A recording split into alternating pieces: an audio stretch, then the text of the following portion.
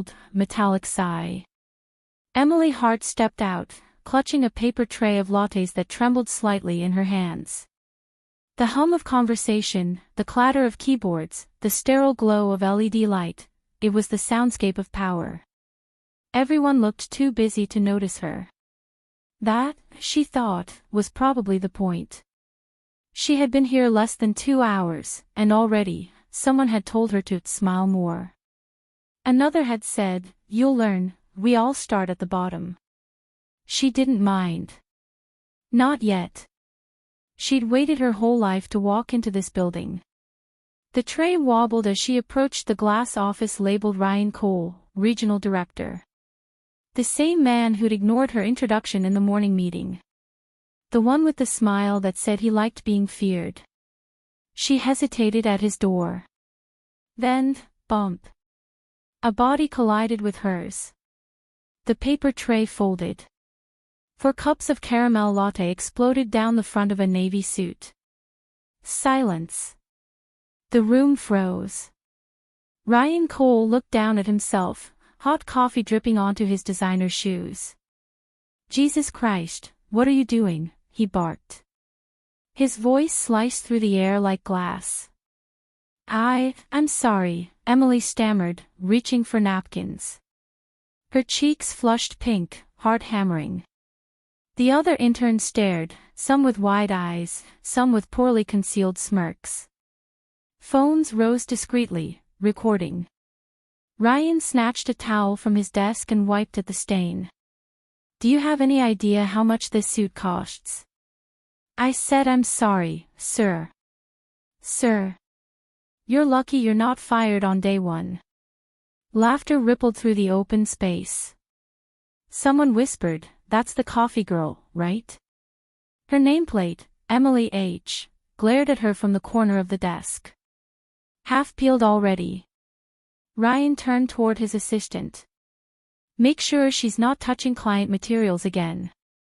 Maybe she can handle janitorial supplies instead." He walked off, still muttering. The smell of burnt sugar lingered in the air. Emily stood there, napkins in her shaking hands, the last drips of coffee landing on the spotless tile. No one offered to help. The HR rep walked by, pretending not to see. She exhaled slowly, forcing herself to breathe. "Don't cry. Not here. Not for them." That evening, when the lights dimmed and the chatter died, she stayed late to clean the mess herself. The 18th floor transformed at night, softer, quieter. She liked it better that way.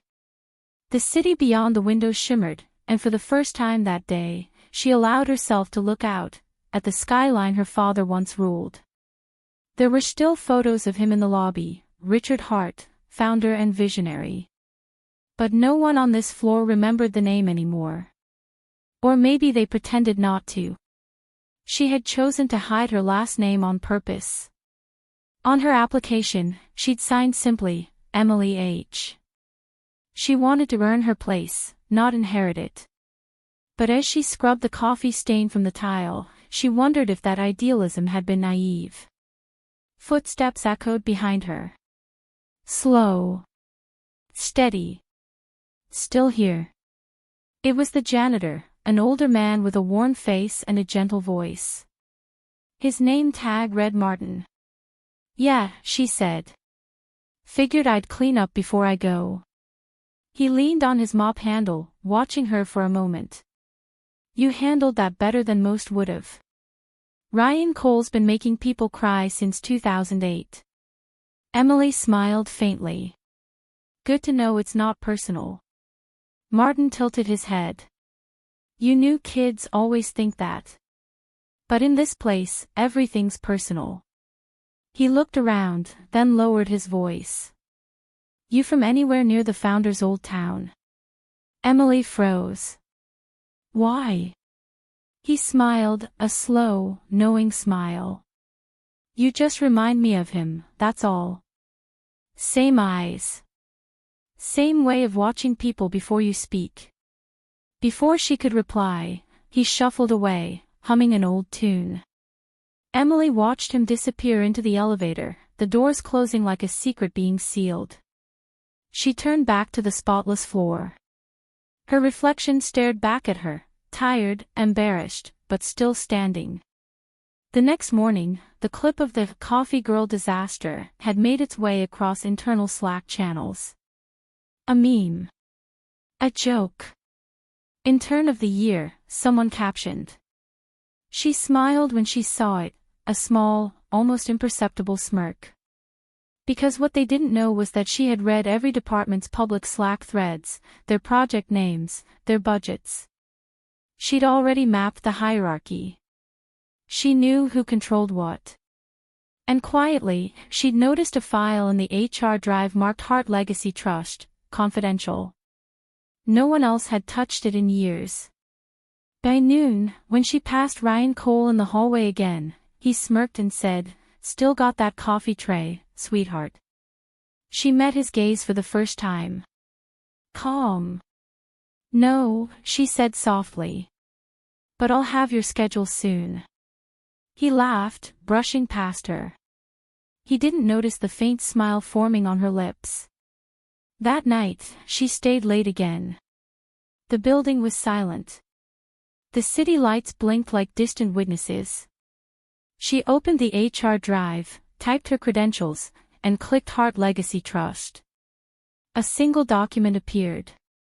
"In the event of my passing, controlling interest shall pass to my daughter." Her throat tightened. The cursor blinked beside her father's digital signature. She whispered to the empty office. "I didn't come here to spill coffee. I came here to clean house." And for the first time since morning, she smiled, not with embarrassment, but with promise. By the second week, Emily knew the company better than its own HR orientation videos. She had memorized the hierarchy, the office rhythms, and the invisible walls that divided power from servitude. Her desk sat beside the supply closet, half hidden behind a fake plant. Someone had written "Intern Zone" on the wall in Sharpie. She didn't erase it. She just worked. Each morning, she was assigned meaningless tasks: print invoices, file duplicates, refill toner. But she noticed patterns: which emails arrived flagged urgent, which projects had real tension behind them, and which names kept reappearing in confidential threads. The company ran on appearances. The powerful spoken buzzwords: synergy, transparency, core alignment, but every email trail told a story of quiet panic. She started compiling those stories. One afternoon, while sorting archival paperwork, Emily discovered a box labeled Legacy Compliance, 2005 to 2010. Inside, old memos, faded financial reports, and a letter signed by her father. She traced the handwriting, the same elegant loops he used when signing birthday cards. "To all regional directors, remember, our people are the company. Protect them above all else." She folded the letter carefully and slipped it into her notebook. Behind her, a voice said, "You like digging through the graveyard." Emily turned. It was Harper Lane, the head of marketing, 38, ambitious, always rehearsing her next promotion. She leaned against the file cabinet, sipping a green smoothie. "Just trying to learn the history," Emily replied. Harper smirked. "History doesn't matter here. Only results. You're wasting your time, honey." She turned and walked off in designer heels that clicked like punctuation marks. Emily watched her go, then looked down at the founder's letter again. History did matter. Especially hers. That evening, the office emptied by 7, leaving only the hum of the HVAC and the glow of computer screensavers. Emily stayed behind, her laptop open to the HR system. She'd learned how to access internal employee logs, not through hacking, just through patience. HR hadn't updated passwords in 3 years. She typed Hart Legacy Trust again. The document loaded, same as before. But this time, she scrolled to the bottom. A line of text blinked in red. Inactive due to pending verification by the board of directors. So the board knew. They'd buried it. A voice startled her. "You're here late again." It was Martin, the janitor. He carried his mop bucket, eyes kind beneath fluorescent lights. "I guess I like the quiet," she said. "Quiet's where the truth lives," he replied. Then, with a small grin, "You remind me of someone." Emily smiled back. "You said that before." He nodded. "Richard Hart. He used to walk these halls at midnight too. Said he could hear the building breathe." Her pulse quickened. "You knew him." "Knew him. He hired me. Back when this place was a family, not a factory." Martin paused, lowering his voice. "You be careful, kid. The people running things now, they'll smile while they sharpen the knife." She hesitated, then asked softly, "What happened to him?" Martin's eyes clouded. He trusted the wrong people. Thought loyalty still meant something. He turned to leave. "Don't make that mistake." Emily watched the elevator doors close behind him, her reflection caught in the stainless steel. She didn't blink until the floor was empty again. The next morning, she entered the break room to find a group of junior analysts laughing over something on a phone. "Hey, coffee girl," one said without looking up. "You missed the memo. There's a dress code for interns now. No hero capes allowed." Laughter erupted. Emily poured herself coffee calmly. "That's okay," she said. "I'm more into invisible armor." They blinked. "What?" "Nothing," she smiled, walking out. Behind her, the laughter faded into whispers. By Thursday, Ryan Cole's temper had returned to full strength. During a client review, he exploded at his team over a minor formatting issue. Emily was there to take notes. She said nothing, just observed the way his hands shook when he yelled, the way his assistant flinched before he finished a sentence. Later, as he stormed out, she noticed something fall from his briefcase, a small USB drive. She picked it up. The label read Quarterly Comp Review. Curiosity burned. That night, when the office went dark, she slid the drive into her laptop. Files opened, confidential salary sheets, bonus adjustments, and personal memos between Ryan and the CFO. One folder stood out, Executive Retention Program. Inside, a spreadsheet titled Hart Transfer Contingency Plan. Her breath caught. The first row read, Employee Department Status Comment. Cole, Ryan Regional Ops Active Beneficiary of Trust Transition, pending founder's death. She froze. They'd planned it, the entire board. When her father fell ill, they prepared to absorb his shares through Ryan's management group. But the document status read Unverified Heir Pending. That heir was her. A sound echoed, footsteps in the hallway. Emily killed the screen and turned off the monitor. The office door creaked open. Harper Lane stepped in, holding her phone like a weapon. Couldn't sleep either. Emily forced a casual smile. Just catching up. Right, Harper said, eyes flicking to the dark monitor. You interns are so dedicated. She leaned closer. Here's some advice, stop trying so hard. Ambition smells like fear around here. Then she left, perfume lingering like a threat. Emily waited until she was gone, then reopened the file one last time. She highlighted the line with Ryan's name and whispered. You took what wasn't yours. Let's see how you handle what's coming. She ejected the drive, slipped it into her notebook beside her father's letter, and packed her things. The city beyond the glass pulsed with light, as if the skyline itself was awake, watching her. On the way out, she caught her reflection again in the elevator doors. This time, her posture was different, straight, steady, deliberate. The humiliation from day one was gone. In its place was something colder, cleaner. Not vengeance. Not yet. But clarity. As the elevator descended, she whispered to herself. They think I'm invisible. Good. That's the best place to start. The lobby at 7:52 a.m., 15 minutes early, coffee in hand this time only for herself. The marble floor gleamed so bright it felt hostile. A dozen employees waited for the elevators, faces lit by phones, badges dangling like dog tags.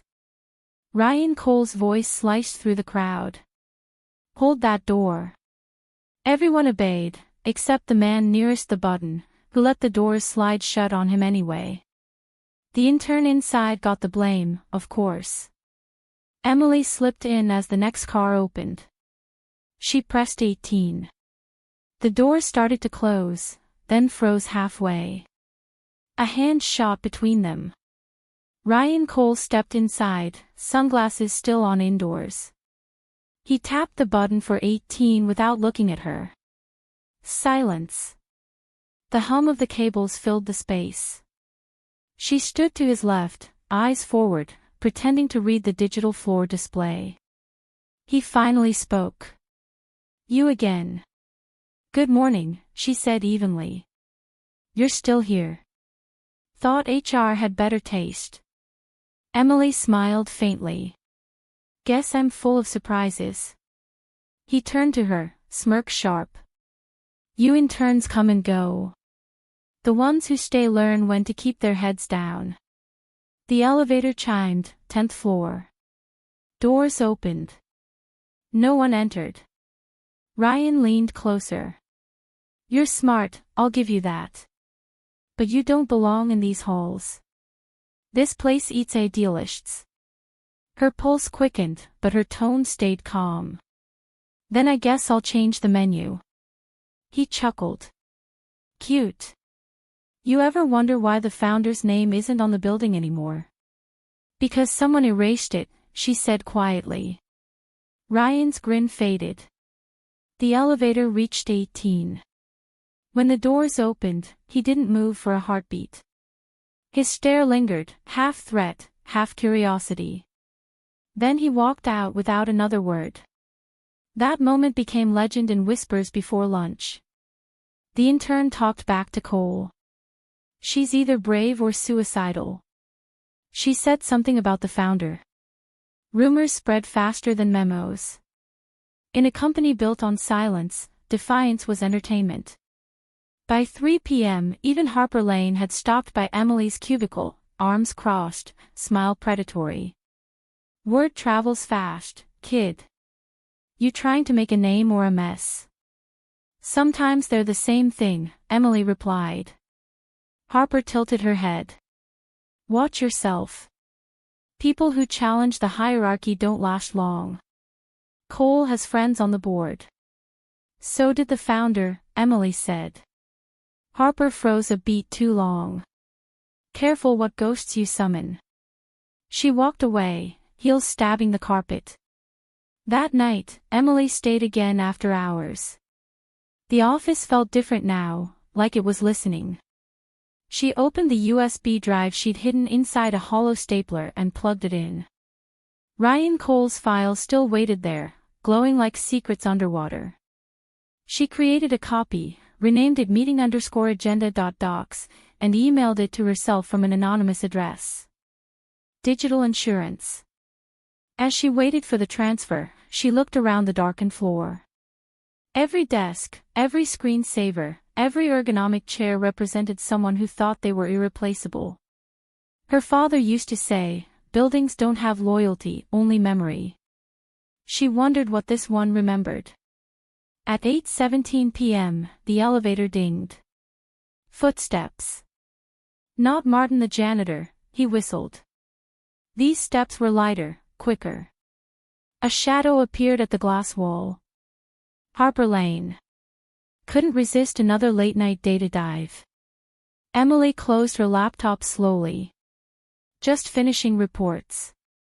Harper stepped closer. You're digging into things that don't concern you. Everything concerns me, Emily said. Harper leaned against the desk. Let me save you the trouble. The board already settled the founder's estate years ago. There's nothing left for you to discover. Emily met her gaze. Funny. You sound nervous for someone with nothing to hide. Harper's jaw tightened. She straightened, smoothed her blazer. You've got potential, Emily. Don't waste it on ghosts. Ryan can be cruel, but he protects the people who know their place. Emily smiled, calm and razor-thin. And what's yours? Harper's silence was answer enough. She turned and left, the scent of perfume fading down the corridor. When the building was empty again, Emily walked toward the elevator. She pressed B for basement. The metal doors closed with a whisper. Down there, the air smelled of concrete and old electricity. She found Martin waxing the floor. Evening, Miss H, he said without looking up. She smiled. You always know when I'm around. He nodded. The quiet changes. She hesitated. Martin, if someone wanted to erase a name from company records, completely, how would they do it? He paused, mop still. There's an old server in storage B. Before the cloud. Founder kept backups there himself. Thought digital history mattered more than paper. Still there. Probably collecting dust. But if it is, he met her eyes. It remembers the truth. An hour later, she stood before the steel door marked Storage B, authorized only. The keypad was ancient. The code. She guessed the year on her father's watch engraving, 1989. A green light blinked. The door clicked open. Inside, rows of old servers hummed faintly, like a sleeping heart. Dust hung in the beam of her phone flashlight.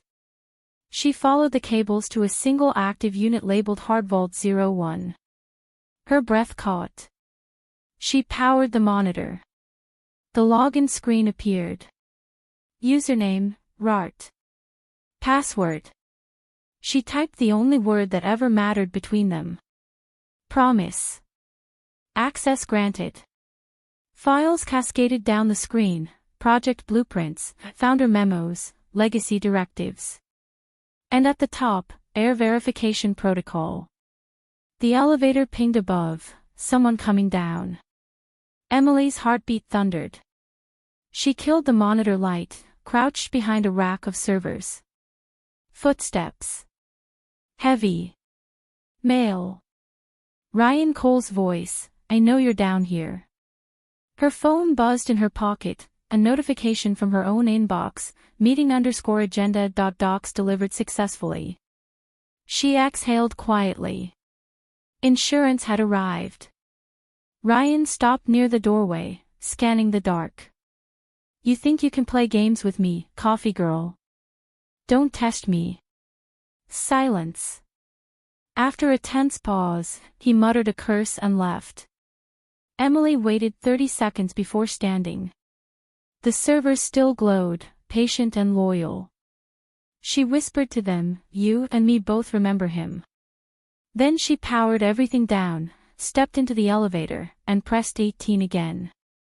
As the doors closed, her reflection stared back, calm, defiant, lit by the flicker of data she now owned. When she reached her floor, the lights flickered once, then stabilized. The company's heart kept beating, unaware its bloodline had just awakened. And for the first time, Emily felt it, the slow, rising pulse of control. The cold drizzle. Emily Hart arrived earlier than usual, umbrella dripping, the skyline reflected in the glass doors of Hartwell Dynamics, a name that used to bear her family's crest until someone quietly dropped Hart from the sign. Inside, the office buzzed with the kind of polite hostility only Mondays bring. She crossed the lobby toward the elevator, heart steady, face unreadable. Behind her, Ryan Cole's laughter echoed, smooth, confident, oblivious. She didn't turn. Not yet. On the 18th floor, Martin the janitor was polishing the brass railing by the conference room. He greeted her with a nod. "You're early again." "Couldn't sleep," she said. He smiled faintly. "You remind me more of your father every day." Emily hesitated. "You keep saying that. What was he really like?"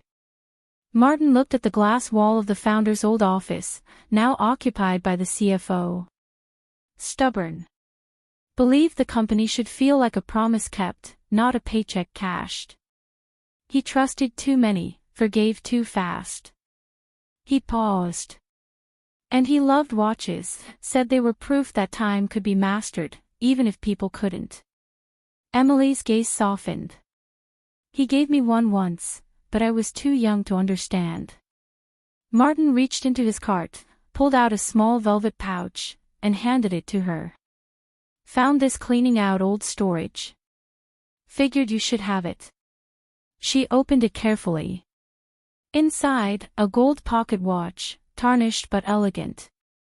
On the back, engraved. "For my daughter, when she's ready." Her breath hitched. The same inscription she'd seen in the digital file from Hart Vault 01. "Where did you find this?" she whispered. Martin's eyes flickered. "Bottom drawer of the founder's desk. The new boss told me to toss everything." "I didn't." Emily turned the watch over in her palm. It ticked faintly, as if remembering her touch. "When she's ready." The phrase echoed in her mind like a key she hadn't known she carried. By noon, the company's weekly all-hands meeting began. Ryan Cole stood at the head of the boardroom table, performing confidence like a sport. PowerPoint slides flashed behind him, revenue projections, cost-cutting plans, a forced joke about restructuring the family. Emily stood along the wall, taking notes as instructed, invisible but listening. He was announcing layoffs. 50 names.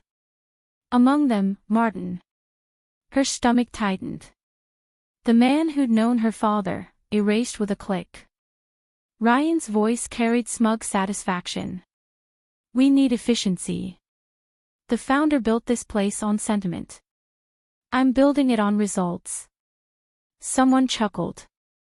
The CFO nodded approvingly. Emily's hand trembled slightly as she wrote, "He's cutting the soul out of the building."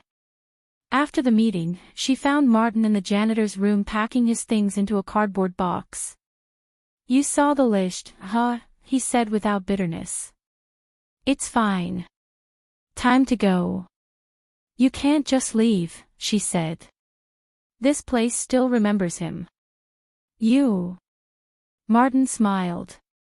"Places don't remember people, kid. People remember people." She handed him the watch. "Then help me remember." He blinked. "You're serious?" "I need to know what really happened before he died." The documents were sealed. Someone made sure of that. He studied her a long moment. Then, quietly, "There's something else you should see." That evening, after everyone left, Martin led her down the freight elevator to the basement. The air was thick with dust and the faint metallic scent of old wiring.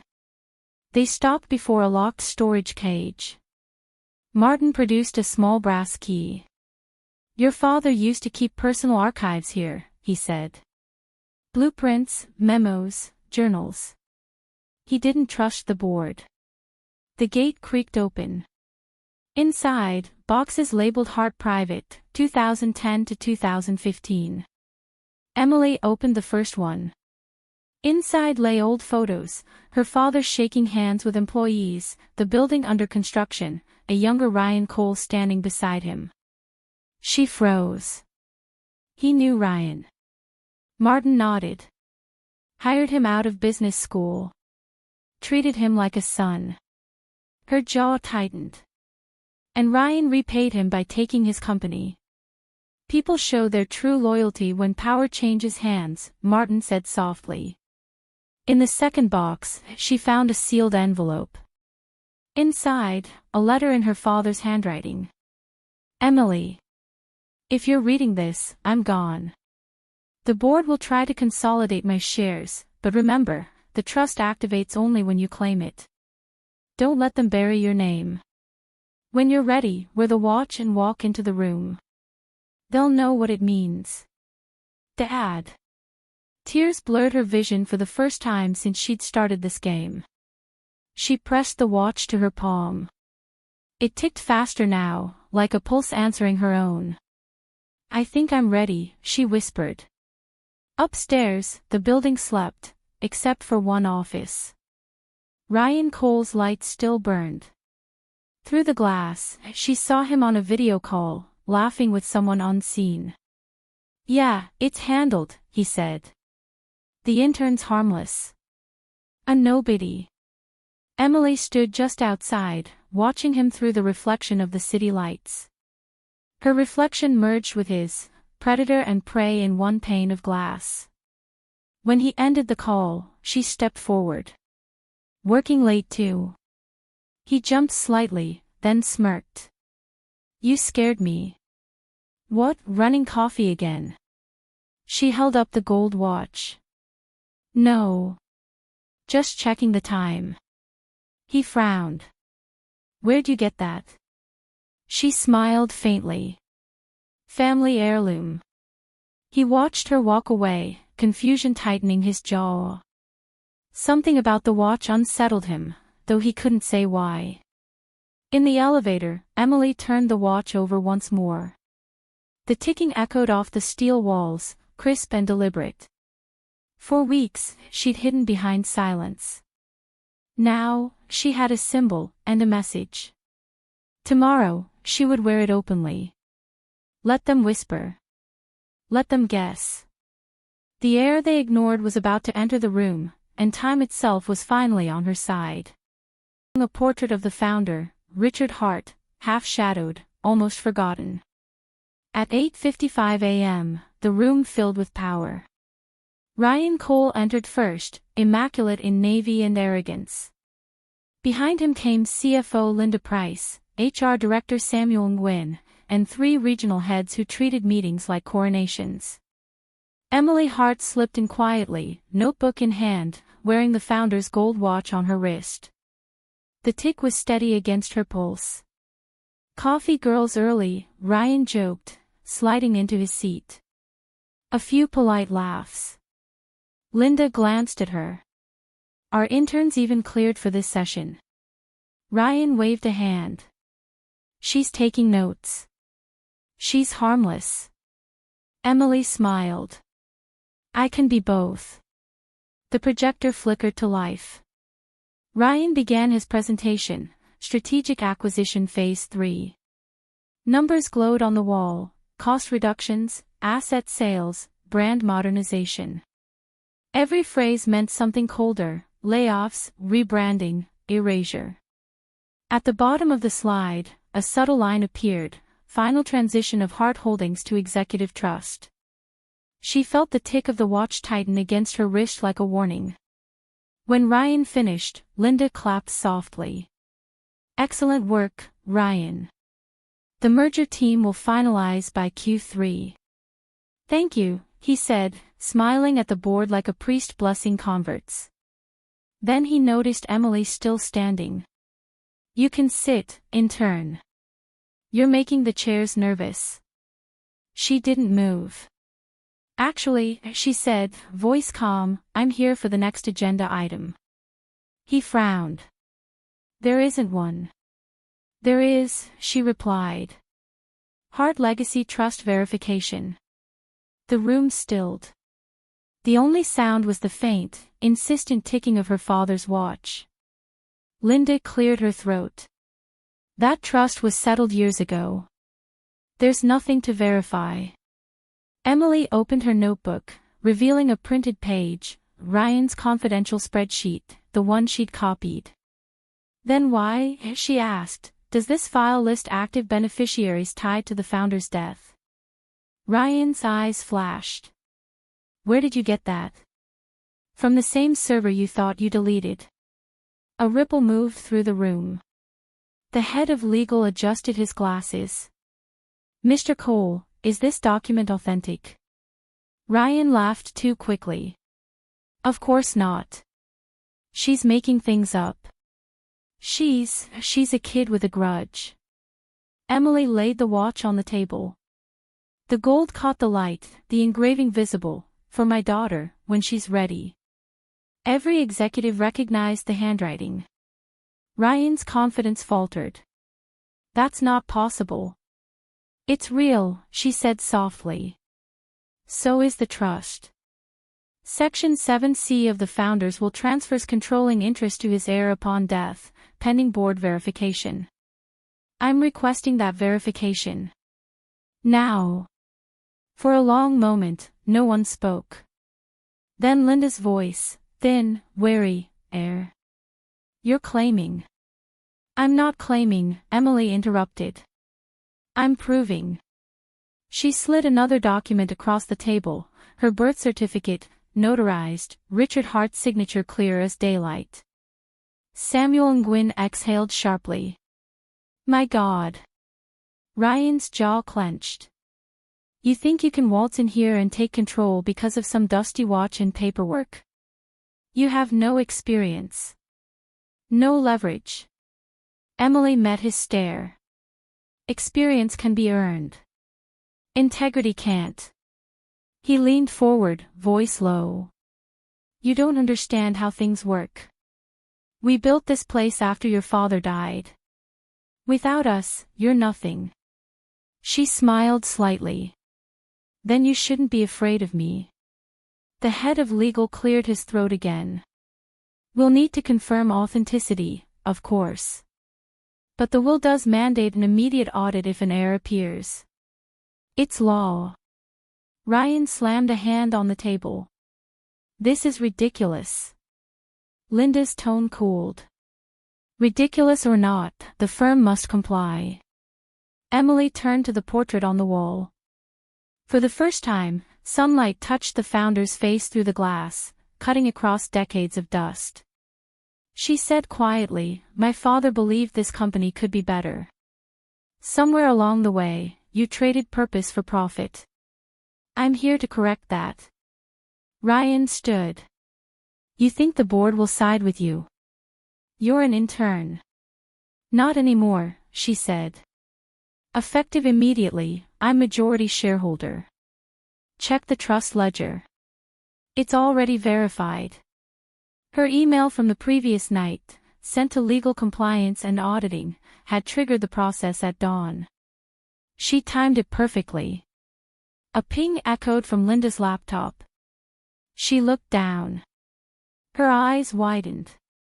Verification received, she whispered. Ryan's face went pale. Outside, through the glass wall, employees were gathering, word spreading like wildfire.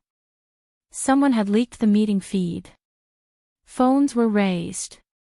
Emily stepped toward the window, looking out over the open plan office. Hundreds of faces watching. She spoke clearly, knowing every mic in the room would catch it. My name is Emily Hart, she said. This company bears my father's legacy, and mine. The culture of fear ends today. Anyone loyal to integrity, stay. Anyone loyal to manipulation, start packing. Gasps. Applause from somewhere near accounting. The spell of silence broke. Ryan lunged forward. You can't do this. She turned, calm as gravity. You're right. We will. Together. But you're no longer leading it. Security appeared at the door, summoned by legal, not her. They waited for the signal. Linda closed her laptop and looked at Ryan. It's over, Ryan. His face twisted. You'll regret this, he hissed. Maybe, Emily said. But at least it'll be my mistake. He stormed out, the glass door slamming so hard the portrait on the wall rattled. For a heartbeat, no one moved. Then Samuel Nguyen started to clap, hesitant, then firm. One by one, others joined. Emily didn't bask in it. She just picked up the watch, fastened it back on her wrist, and looked at her father's face in the portrait. "I kept your promise," she whispered. Outside, the rain had stopped. The sky over the city was sharp and clean, sunlight flashing off the tower windows like approval. Inside, the company heartbeat shifted, stronger. Not faster. Intern named majority shareholder. The hidden heiress of Hartwell Dynamics. Headlines crawled across financial feeds, accompanied by grainy screenshots from the leaked boardroom video. Emily Hart's face, calm, unreadable, watch glinting under fluorescent light, was everywhere. In the penthouse suite of a rival firm, a man watched the clip on mute, smiled thinly, and muttered, "The girl's got steel." Then he picked up the phone. "Tell Cole he's not finished yet." At 7:03 a.m., Emily stood alone in her father's old office, her office now. The air smelled faintly of old leather and ambition. Through the glass wall, the city glowed like circuitry, each tower a rival, each window a watcher. She traced her hand across the founder's desk. The surface was scratched where he'd once carved initials, RH, near the edge. Beneath it, a small brass plaque read, "Time is the only currency that matters." The words steadied her. A knock at the door broke her thoughts. Linda Price entered, sharp as always. "Congratulations, Miss Hart," she said. "Or should I say, welcome to the wolf's den." Emily smiled faintly. "I've been here for weeks. I just stopped pretending to fetch coffee." Linda raised an eyebrow. "You made enemies yesterday. Powerful ones. Ryan's already filed a dispute with the board." "I expected that," Emily said. "That's why I filed my audit request before the meeting. The SEC will love what they find in his compensation reports." Linda blinked, impressed. "You planned this?" "Every move," Emily said. "They thought silence meant weakness. It just meant observation." At 9 a.m., Emily addressed the entire company for the first time. The staff assembled in the atrium, a glass amphitheater echoing with nerves. She stood at the podium, no teleprompter, no script. "Most of you know me as an intern," she began. "And you were right, I was here to learn. I just didn't realize how much." Murmurs rippled through the crowd. Cameras recorded every word. "My father built this place on trust. Somewhere along the way, that trust got traded for fear. Starting today, that changes. Departments will reopen communication lines. Anonymous whistleblower programs will be reinstated. Salaries rebalanced." Applause rose, tentative, then stronger. People who'd avoided her gaze for weeks now looked at her with something new, belief. Up on the 19th floor, behind tinted glass, Ryan Cole watched the broadcast with clenched fists. "She thinks she's won," he said. His reflection stared back at him, handsome, furious, desperate. A voice from behind, "You've underestimated her once. Don't do it again." It was the man from the rival firm, Victor Crane, CEO of Stratos Group, one of Hartwell's fiercest competitors. Ryan turned. "Why are you here?" "Because chaos creates opportunity," Crane said smoothly. "You want your seat back. I want Hartwell under my umbrella. Help me destabilize her, and we both get what we want." Ryan exhaled slowly. "What's the play?" "Information," Crane said. "Find something, anything, that discredits her. Family, finances, secrets. Every heiress has one." Ryan smirked. "She's clean. I checked." Crane leaned forward. "Then make her dirty." That night, Emily stayed late again. The city outside was thundercloud gray, the windows lit like electric constellations. She sat at her desk, reviewing files. HR data, employee terminations, old payroll anomalies, pieces of a puzzle she hadn't yet finished. The watch ticked softly beside her. She heard footsteps, then Martin's voice. "You really don't sleep, do you?" "Not lately," she said, smiling. "You shouldn't be here either. You're technically laid off." He shrugged. "Buildings don't clean themselves. Besides, I wanted to see what it looks like when the right person finally sits in that chair." Emily looked up. "It's heavier than it looks." Martin smiled. "Your father said the same thing. First week he became CEO, he called this room a crown of glass, beautiful until someone throws a stone." She exhaled. "They've already started throwing." Across town, Ryan met with Crane again in a dim bar overlooking the river. "She's got the board," Ryan said. "But she's green. Too idealistic. We leak a scandal, something small but sharp, she bleeds credibility." Crane swirled his whiskey. "Rumors stronger than truth. Use her last name. Make people question her motives. Nepotism always plays well in headlines." Ryan smiled. "Done." The next morning, an article appeared on Business Ledger Daily. Emily Hart's sudden rise, inheritance or inside job. Anonymous sources. Unverified claims. Just enough to sting. By lunch, employees were whispering again. She heard them in the hallway. Was she planted? Did she forge it? Maybe Ryan was right. Emily kept walking, face calm, mind calculating.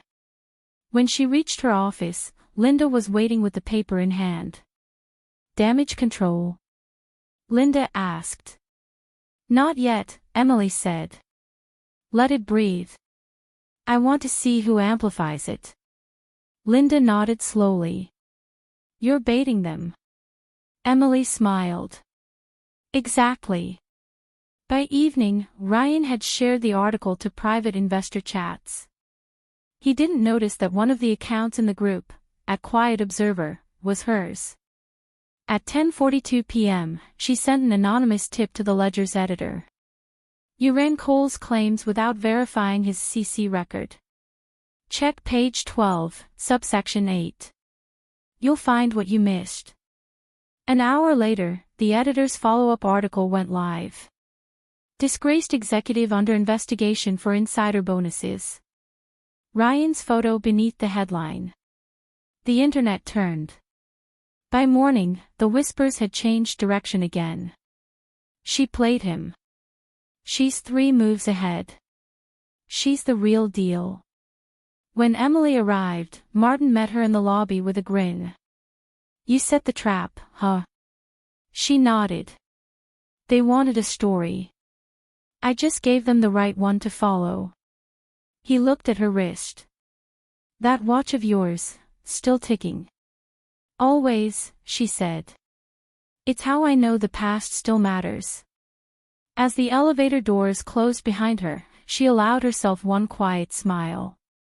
The company she'd inherited was still wounded, but the heartbeat was hers now, steady, unshakable. Somewhere above, thunder rolled, a reminder that every victory draws its own storm. She looked up through the glass ceiling and whispered, "Let it rain." Part 2 is still on the channel. Please watch and follow.